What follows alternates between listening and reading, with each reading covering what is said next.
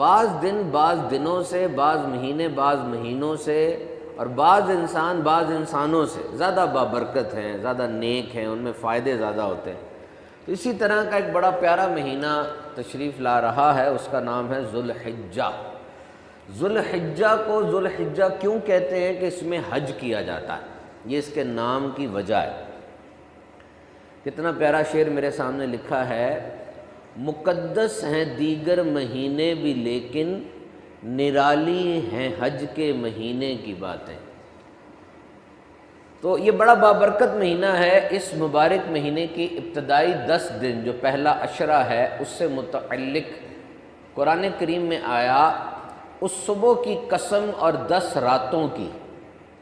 حضرت سیدنا عبداللہ بن عباس رضی اللہ تعالیٰ عنہ فرماتے ہیں کہ یہاں 10 راتوں کی قسم سے مراد ذو الحجہ کی پہلی 10 راتیں ہیں، کیونکہ یہ حج میں مشغول ہونے کا زمانہ ہے۔ اور اللہ تعالیٰ نے ان راتوں کی قسم ارشاد فرما کر یہ ظاہر کر دیا کہ یہ راتیں اللہ تعالیٰ کے نزدیک عظمت والی ہیں، تو ہمیں چاہیے کہ ان راتوں میں خوب خوب عبادت کریں۔ ذو الحجہ، اللہ کریم کے نزدیک کوئی دن عشرہ ذو الحجہ کے ایام سے نہ زیادہ عظیم ہے اور نہ ان دنوں سے بڑھ کر کسی دن کا نیک عمل اسے محبوب ہے۔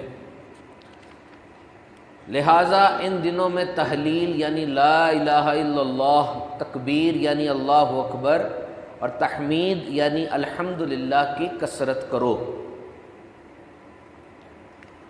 فرمایا عشرہ ذو الحجہ میں ایک عمل کا ثواب 700 گنا بڑھا دیا جاتا ہے۔